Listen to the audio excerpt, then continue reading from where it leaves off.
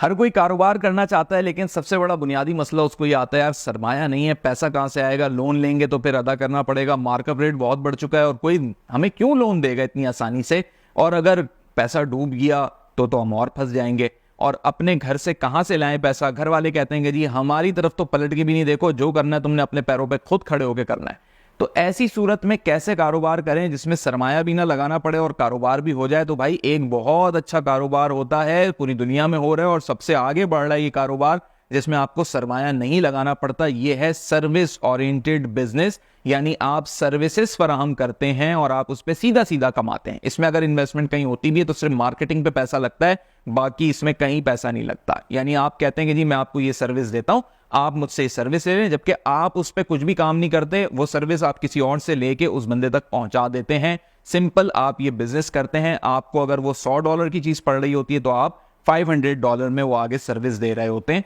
इस तरह आप अपनी मार्केटिंग की कॉस्ट निकाल के, जिसपे आपके $250 मार्केटिंग के लग गए, $100 उस बंदे को दे दिए, तो $150 या $100 आपको नफा हो जाता है पर क्लाइंट। लोगों ने इस तरीके से सर्विस ओरिएंटेड बिजनेस पाकिस्तान से पूरी दुनिया में करना शुरू किए, फिर वो दुबई चले गए। दुबई के अंदर सर्विस ओरिएंटेड इंडस्ट्री बेताज है। इसके लिए ना आपको फैक्ट्री लगानी है, ना मैन्युफैक्चरिंग प्लांट लगाना है, आपने सिर्फ लोगों को सर्विसेज देनी है। आपको सिर्फ ये स्टडी और रिसर्च करना है कि किस जगह पे लोगों को किस किस्म की सर्विसेज चाहिए, उसी किस्म की सर्विस को आप एक नए नाम से इंट्रोड्यूस करवाएंगे, यानी अपनी ऑर्गेनाइजेशन के नाम से, अपने बिजनेस एंटिटी के नाम से, और फिर आप उसमें अपनी एक कॉस्ट रखेंगे, अपनी एक प्रोफेशनल कंसल्टेंसी की फीस रखेंगे, और आप उस कंसल्टेंसी की फीस के अंदर अपना मुआवजा लेंगे, अपना प्रॉफिट लेंगे, जो कि मुकम्मल तौर पर एक अच्छा काम होगा। अब इसके अंदर मैं आपको मिसाल दे देता हूं उन लोगों की जो कि स्टूडेंट कंसल्टेंसी करते हैं कि जी स्टूडेंट ने बाहर पढ़ने के लिए जाना है, तो जिधर वो जा रहे हैं वो उनकी यूनिवर्सिटी नहीं है, वो तो सिर्फ कंसल्टेंसी प्रोवाइड कर रहे हैं, स्टूडेंट्स को कनेक्ट कराते हैं, उनकी डॉक्यूमेंटेशन तैयार करते हैं। तो इस तरह उन्होंने बहुत सारे लोगों से सर्विसेज ली हुई होती हैं, डॉक्यूमेंटेशन एक ने तैयार करनी है,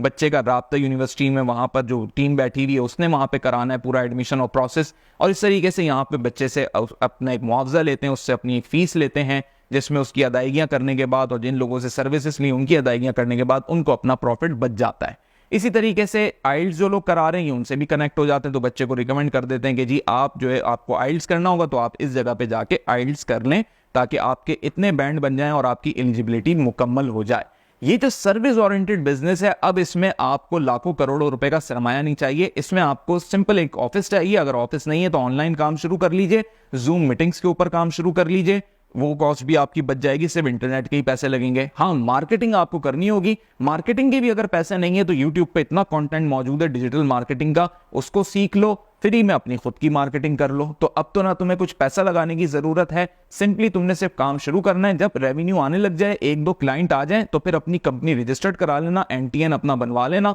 ताकि फिर नेक्स्ट टाइम जो अगले क्लाइंट मिले वो तुम्हारे अकाउंट में, तुम्हारे टाइटल के ऊपर जो है चेक दें या तुम्हारे बिजनेस अकाउंट में पैसे ट्रांसफर करें। इस तरीके से आप ग्रेजुअली बेबी स्टेप लेके ग्रो करोगे, और नियत अपनी ये रखो कि मैं नेक नियति के साथ और ऑनेस्टी के साथ काम करूंगा, क्योंकि सर्विस ओरिएंटेड बिजनेस के अंदर डिसऑनेस्टी बहुत लोग करते हैं, जिसकी वजह से ये इंडस्ट्री बदनाम भी है। यानी वो सर्विसेज सही नहीं देते, दिखाते कुछ हैं और बंदा कुछ और होता है। मिसाल के तौर पे एक बंदे ने जो है एक पूरी अपनी एप्लीकेशन बनाई, और उस एप्लीकेशन का मकसद ये था कि आपको प्लम्बर चाहिए, इलेक्ट्रिशियन चाहिए, जो भी आपको बंदा चाहिए, आप हमारी ऐप पे जाएं, हमें बताएं और हम आपको बंदा भेज देंगे। लोगों ने बड़ी आसानी समझी, लोगों के घरों में नलके खराब हो रहे थे, किसी का खटका खराब हो रहा था, उन्होंने उस एप्लीकेशन को डाउनलोड कर लिया और बंदा बुलाया। तो जब वो बंदा बुलाते थे तो वही बंदा प्लम्बर भी बन के आता था, वही बंदा इलेक्ट्रिशियन भी बन के आता था, और जब वो काम करके जाता था तो उसके काम में वो प्रोफेशनल एक्सपर्टीज भी नहीं थी। बिलाखिर लोगों का दिल खराब हो गया कि कैसी सर्विस ओरिएंटेड इंडस्ट्री है जो डिसऑनेस्टी के साथ काम कर रही है, कम से कम बंदा तो सही भेजो जब पैसे पूरे ले रहे हो।